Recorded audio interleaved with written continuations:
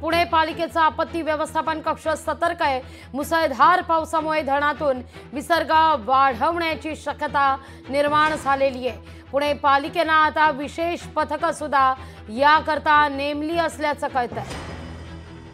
या सगळ्याविषयी अधिक माहिती घेण्याकरता थेट जाऊया पुण्याला आपले प्रतिनिधी अमोल धर्माधिकारी यांच्याकडे।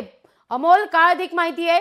पुण्यात पालिकेने आता विशेष पथकं नेमण्यास सुरुवात केलेली आहे। मुसळधार पाऊस, धरणातून सुद्धा विसर्ग वाढवण्यात येतोय।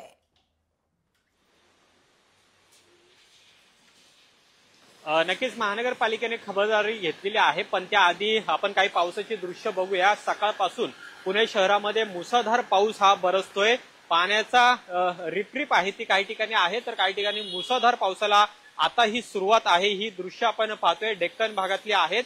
काही वेळापूर्वी याच ठिकाणी मोठी वाहतूक कोंडी आहे ती झालेली होती, मात्र आता वाहतूक जी आहे ती पूर्ववत झालेली आहे। पण सिंहगड रस्त्यावर मोठ्या प्रमाणात वाहतूक कोंडी सध्याही झालेली पाहायला मिळत आहे। सलग दुसऱ्या दिवशी पुणे शहराला मुसळधार पावसाने झोडपून काढलेलं पाहायला मिळत आहे।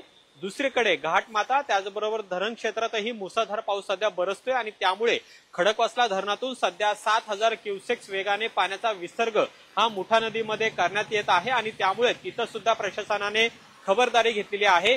सलग दुसऱ्या दिवशी मुसळधार पाऊस सुरू आहे आणि त्यामुळे महानगरपालिकेने खबरदारी घेतलेली आहे। महानगरपालिकेने जवळपास 30 पथकं ही तैनात केलेली आहे। प्रत्येक क्षेत्रीय कार्यालयामध्ये 2 पथकं ही तैनात करण्यात आलेली आहे।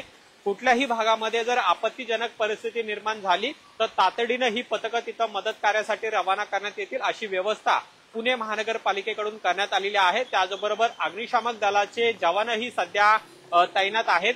सध्या तरी पुणे शहरामध्ये कुठेही अशा पद्धतीची परिस्थिती निर्माण झालेली नाहीये, मात्र वाहतूक कोंडी ही मोठ्या प्रमाणात झालेली आहे। सातत्याने सुरू असलेला पाऊस त्यामुळे मुठा नदीचं पात्र सुद्धा भरून व्हायला लागलेलं आहे।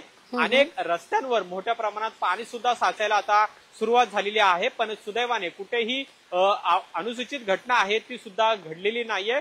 महानगरपालिकेचे अधिकारी सतर्क आहेत, अग्निशामक दल सुद्धा सतर्क आहे आणि आज पुणे जिल्ह्यासाठी ऑरेंज अलर्ट देण्यात आलेला आहे आणि त्यामुळे दुपारनंतर नेमकी पुणे शहरामध्ये आणि घाटमाथ्यांवर काय परिस्थिती राहते हे पाहणं महत्वाचं असेल। पण सातत्याने होत असलेल्या पावसामुळे मात्र पुणेकरांची तारांबळ उडालेली पाहायला मिळत आहे। अगदी अमोल, तुर्तास धन्यवाद तुम्ही दिलेल्या एकूणच या सविस्तर माहिती करता। तुमच्याकडून या सगळ्या संदर्भात अपडेट घेतच राहू। लोकशाही मराठी ऐका, पहा, जागरूक रहा।